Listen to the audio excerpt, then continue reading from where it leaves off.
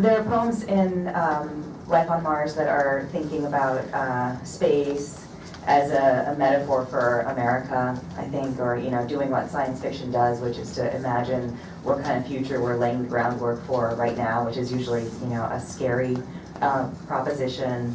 And then there are poems that are thinking about space as a location for grief and for questions about the afterlife. And maybe I'll start with one of those poems. It's called It and Company. We are a part of, can you hear me? Okay. We are a part of it, not guests. Is it us or what contains us? How can it be anything but an idea? Something teetering on the spine of the number I. It is elegant, but coy. It avoids the blunt ends of our fingers as we point. We have gone looking for it everywhere, in Bibles and bandwidth, blooming like a wound from the ocean floor. Still, it resists the matter of false versus real. Unconvinced by our zeal, it is unappeasable. It is like some novels, vast and unreadable.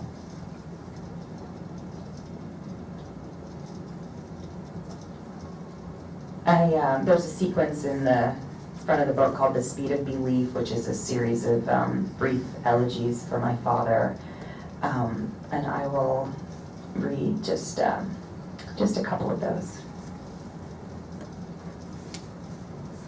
Probably he spun out of himself and landed squarely in that there, his new body capable, lean, vibrating at the speed of belief. She was probably waiting in the light everyone describes, gesturing for him to come. Surely they spent the whole first day together, walking past the city and out into the orchards where perfect figs and plums ripen without fear. They told us not to go tipping tables looking for them, not even to visit their bodies in the ground. They are sometimes maybe what calls out to people stuck in some impossible hell. The ones who later recall, I heard a voice saying, go. And finally, as if by magic, I was able simply to go.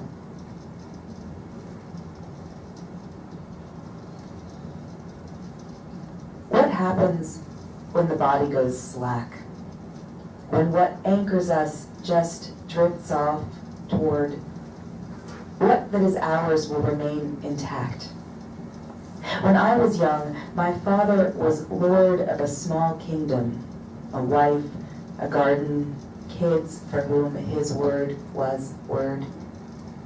It took years for my view to harden, to shrink him to human size, and realize the door leading out was open. I walked through, and my eyes swallowed everything, no matter how it cut. To bleed was my prize.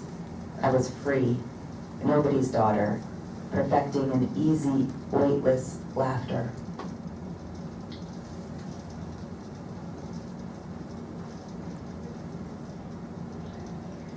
I used to, before I had 3 kids of my own, think that the 2 children that lived upstairs in my building were riotously loud and misbehaved, and now I realize they were pretty good kids, and there's nothing to worry about going on up there. The universe as primal scream. 5 p.m. on the nose. They open their mouths and it rolls out. High, shrill, and metallic. First the boy, then his sister. Occasionally, they both let loose at once, and I think of putting on my shoes to go up and see whether it is merely an experiment their parents have been conducting upon the good crystal, which must surely lie shattered to dust on the floor.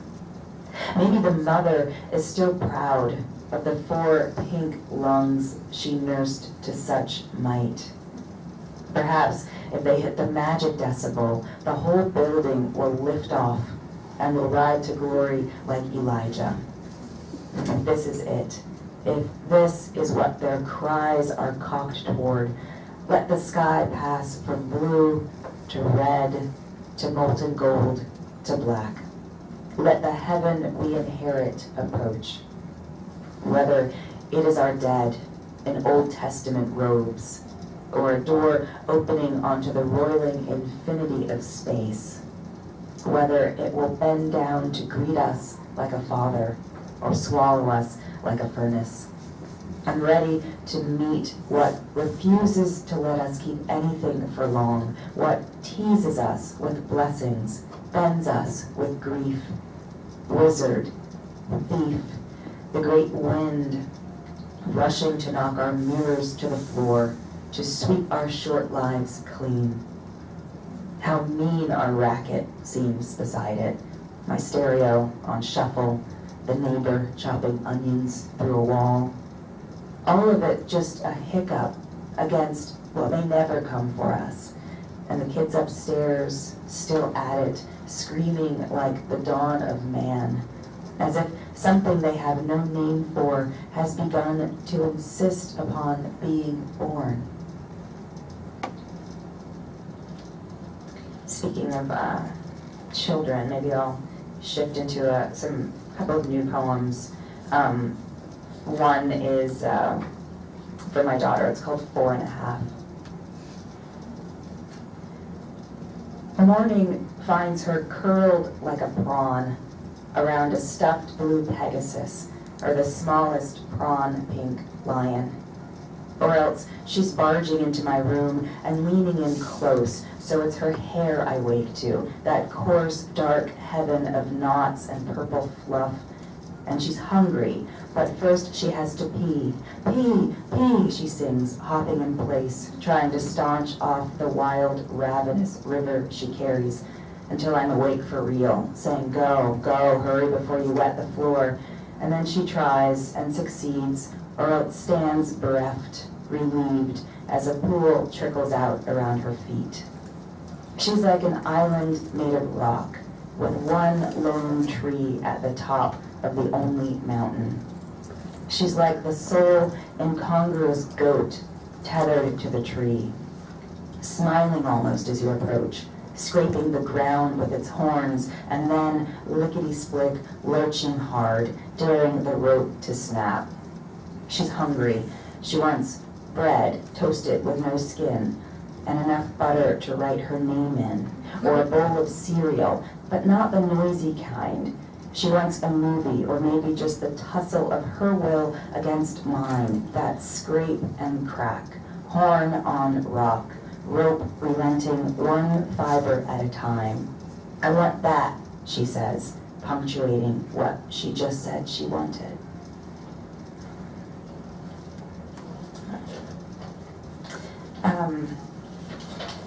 There is, this next poem is called After a Line by Goethe, and I feel when I read it I always have to out myself by saying that it was a line I happened upon, not because in my spare time I get to lie around reading Goethe all the time, but it was written on a chalkboard outside of a boutique in the neighborhood where I live. The line is, we are shaped and fashioned by what we love.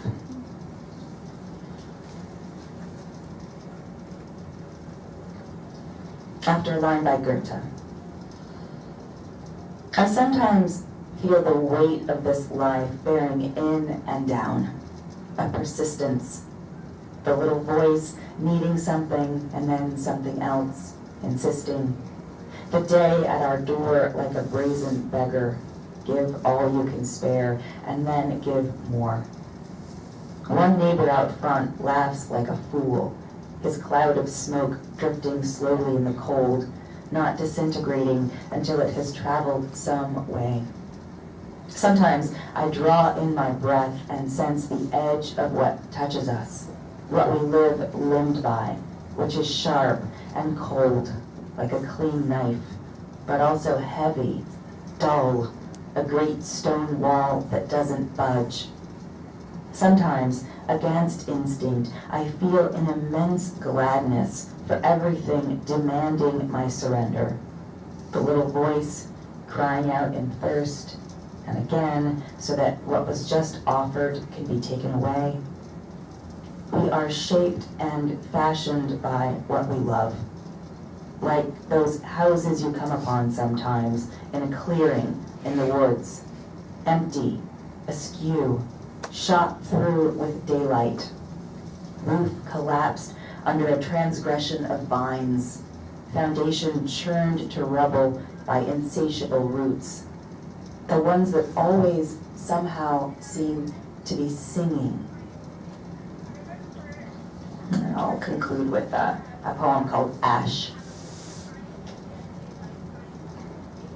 Strange house we must keep and fill, house that eats and bleeds and kills, house on legs, house on fire, house infested with desire, haunted house, lonely house, house of trick and suck and shrug, give it to me house, I need you baby, house, house whose rooms are pooled with blood, house with hands, house of guilt, house that other houses built, house of lies and pride and bone, house afraid to be alone, house like an engine that churns and stalls, house with skin and hair for walls, house the seasons singe and douse, house that believes it is not a house. Thank you very much.